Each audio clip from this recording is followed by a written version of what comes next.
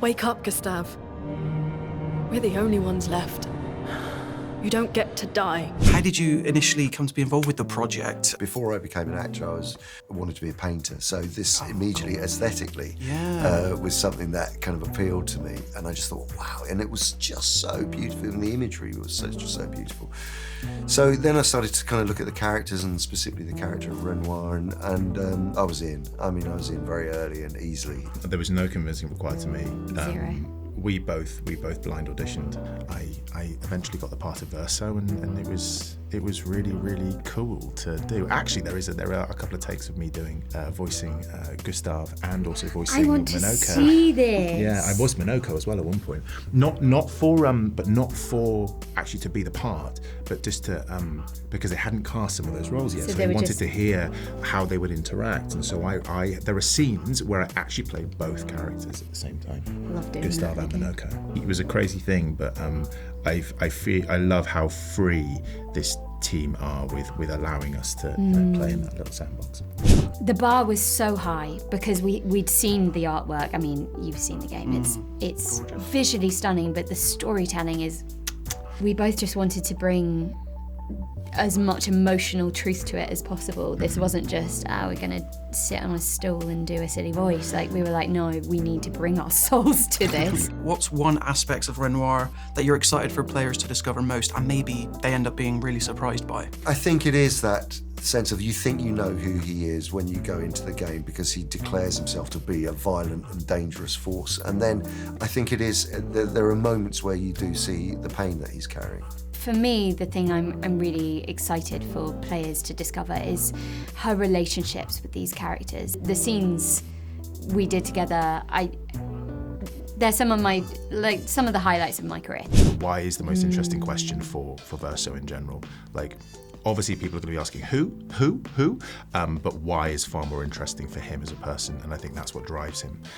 He's asking why. You would think he was a villainous character. In the world of the continent, it's populated by, it's a very dark, mysterious world that is populated by essentially monsters who are going to kill you.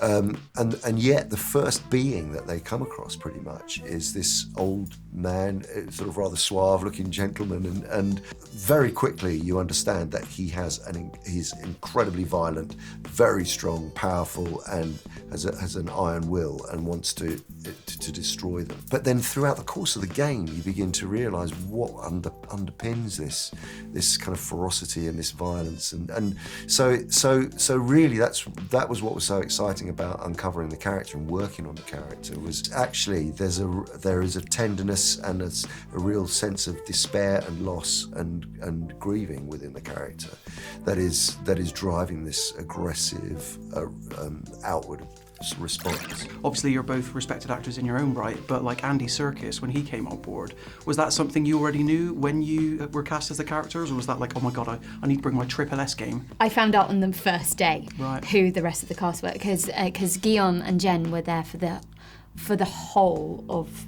the recording, and then I found out it was Charlie, Andy, Ben, and I went, oh, this is going to be quite a big deal. Oh, okay. Yeah. Brilliant. You know when you're kids and you discover a new imaginary game and you're like, this is our lives now. The whole of the summer, this is going to be our game. And it's been like that. It's kind of ignited a childlike thing in us, and new IP doesn't come along very often. No. Especially one that looks and plays as well as this. Yeah. So, And I think we need it in 2025. We need new IP, because there is this.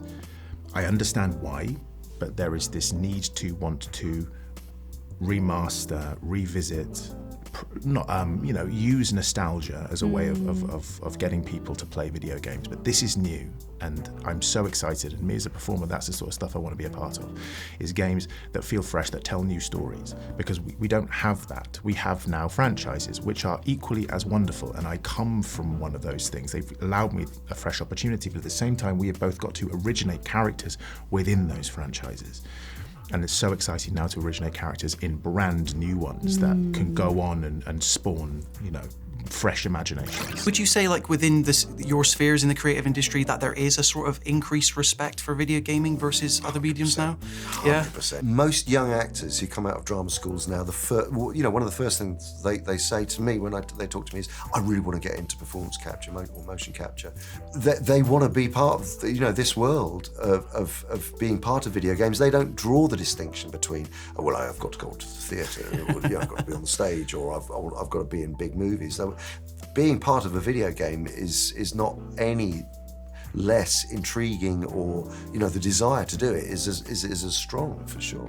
And also, yes, there was a terrible snobbery from the film industry about video games 20 years ago, but as I've talked about before, it's dependent upon video game technology for a lot of the way that certainly big budget filmmaking creates pre-visualization and virtual production. It's all reliant on Unreal and video game engines and video tech.